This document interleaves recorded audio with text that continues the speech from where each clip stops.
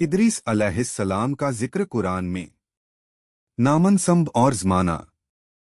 हज़रत इदरीस की खास बातें। हज़रत इदरीस अलैहिस्सलाम की तालीम का खुलासा। बाद में आने वाले नबियों के बारे में बशारत। हज़रत इदरीस अलैहिस्सलाम की ज़मीनी खिलाफत। हज़रत इदरीस अलैहिस्सलाम की नसीहतें। इदरीस अलैहिस्सलाम का जिक्र कुरान में।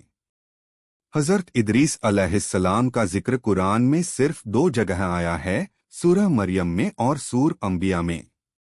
और याद करो कुरान में इदरीस को बिला शुबहा वह सच्चे नबी थे और बुलंद किया है हमने उनका मुकाम।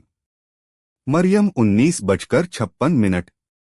और इस्माइल और इदरीस और जुल्किफ्ल इनमें से हर एक था सब्र करने वाला। अंबिया 21:85। नामनसब और ज़माना।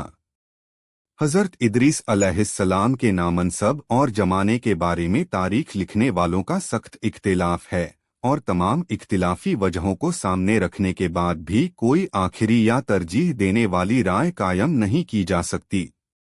वजह यह है कि कुरान करीम ने तो रुशद व हिदायत के अपने मकसद के पेशे नज़र तारीखी बहस से जुदा होकर सिर्फ उनकी नबूवत के रुतबे की बुलंदी और उनकी ऊंची सिफ़तों का जिक्र किया है, और इसी तरह हदीस की रिवायतें भी इससे आगे नहीं जातीं। इसलिए इस सिलसिले में जो कुछ भी हैं वे इस्राइली रिवायतें हैं, और वे भी आपसी टकराव और इख्तिलाफ से भरी हुई हैं। इसीलिए थोड़े से लिखने के पेशेंजर इन दूरदराज से लाई गई बहसों से बचने की कोशिश की जा रही है। एक जमात का यह ख्याल है कि हज़रत इदरीस अलैहिस्सलाम बाबिल में पैदा हुए और वहीं पले बढ़े। उम्र के शुरुआती दिनों में उन्होंने हज़रत शीस बिन आदम अलैहिस्सलाम से इल्म हासिल किया। बहरहाल जब इदरीस अलैहिस्सलाम खुद से सोचने समझने भी उम्र को पहुँचे लो अल्लाह ने उनको नबूवत से सरफराज फरमाया, तब उन्होंने शरीरों, बदमाशों और फसादियों के लिए राहे हिदायत की तबलीग शुरू की, पर फसादियों ने उनकी एक बात न सुनी और हज़रत आदम व शीश अलैहिस्सलाम की शरीयत के मुखालिफ ही रहे। अलबत्ता एक छोटी सी जमात ज़रूर मुसलमान हो गई। हज़रत इदरीस अलैहिस्सलाम ने जब यह रंग देखा तो वहां से हिजरत का इरादा किया और अपने मानने वालों को हिजरत कर जाने के लिए कहा। इदरीस अलैहिस्सलाम की पैरवी करने वालों ने जब यह सुना तो उनको वतन का छोड़ना बहुत गसन गुजरा और कहने लगे कि बाबिल जैसा वतन हमको कहाँ नसीब हो सकता है। हज़रत इदरीस अलैहिस्सलाम ने तसल्ली देते हुए फरमाया कि अगर तुम यह तकलीफ अल्लाह के रास्ते में उठाते हो तो उसकी रहमत बहुत फैली हुई है, उसका अच्छा बदला ज़रूर देगा, बस हिम्मत न हारो और अल्लाह के हुक्म के आगे सरे नियाज झुका दो। मुसलमानों की रजामंदी के बाद हज़रत इदरीस और उनकी जमात मिस्र की तरफ हिजरत कर गई और नील के किनारे एक अच्छी जगह चुनकर के सकूनत अपना ली। हज़रत इदरीस अलैहिस्सलाम और उनकी पैरवी करने वाली जमात ने पैगामे इलाही और भलाई का हुक्म देने और बुराई से रोकने वाले का फ़र्ज अंजाम देना शुरू कर दिया। कहा जाता है कि उनके ज़माने में 72 जुबानें बोली जाती थीं और अल्लाह की अता व बख्शिश से वह वक्त की तमाम जुबानों को जानते थे और हर एक जमात को उसकी ज़बान में तबलीग फरमाया करते थे। एक रिवायत के एतबार से हज़रत इदरीस अलैहिस्सलाम पहले आदमी हैं जिन्होंने कलम का इस्तेमाल किया। हज़रत इदरीस की खास बातें।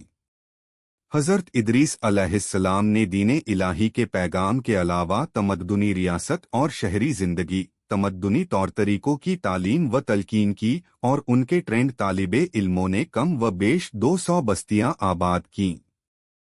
हज़रत इदरीस अलैहिस्सलाम ने इन तलबा को दूसरे इल्मों की भी तालीम की, जिसमें इल्मे हिकमत भी शामिल हैं।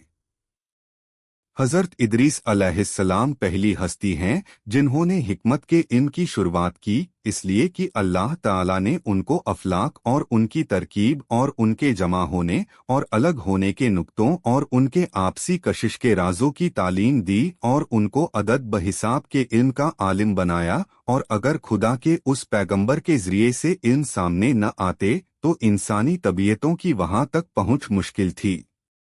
انہوں نے الگ الگ ذاتوں اور گروہوں کے لیے ان کے مناسب حال قاعدے قانون مقرر کیے اور پوری دنیا کو 4 حصوں میں بانٹ کر ہر چوتھائی کے لیے ایک حاکم مقرر کیا جو زمین کے اس حصے کی سیاست اور بادشاہی کا ذمہ دار قرار پایا، اور ان چاروں کے لیے ضروری قرار دیا کہ تمام قانونوں سے بڑھ چڑھ کر شریعت کا وہ قانون رہے گا جس کی تعلیم اللہ کی وحی کے ذریعے میں نے تم کو دی ہے۔ حضرت ادریس علیہ السلام کی تعلیم کا خلاصہ۔ اللہ کی ہستی اور اس کی توحید پر ایمان لانا، صرف کائنات پیدا کرنے والے کی پرستش کرنا، آخرت کے عذاب سے بچانے کے لیے بھلے عملوں کو ڈھال بنانا، دنیا سے بے نیازی، تمام معاملوں میں عدل و انصاف کو سامنے رکھنا، مقرر کیے ہوئے طریقوں پر اللہ کی عبادت کرنا، ایام 20 کے روزے رکھنا، اسلام کے دشمنوں سے جہاد کرنا، زکوٰۃ ادا کرنا، پاکی صفائی کے ساتھ رہنا، خاص طور سے جنابت، کتے اور سور سے بچنا، ہر نشیلی چیزوں سے پرہیز کرنا۔ بعد میں آنے والے نبیوں کے بارے میں بشارت۔ حضرت ادریس علیہ السلام نے اپنی امت کو یہ بھی بتایا کہ میری طرح اس دنیا کی دینی و دنیاوی اصلاح کے لیے بہت سے نبی تشریف لائیں گے، اور ان کی نمایاں خاص باتیں یہ ہوں گی: وہ ہر ایک بری بات سے دور اور پاک ہوں گے، تعریف کے قابل اور فضائل میں کامل ہوں گے، زمین و آسمان کے حالات کو اور ان معاملوں کو کہ جن میں کائنات کے لیے شفا ہے یا مرج، وہیں الہی کے ذریعے اس طرح جانتے ہوں گے کہ کوئی مانگنے والا بھوکا پیاسا نہ رہے گا، وہ دعاؤں کو دینے والے ہوں گے، ان کے مذہب کی دعوت کا خلاصہ کائنات کی اصلاح ہوگا۔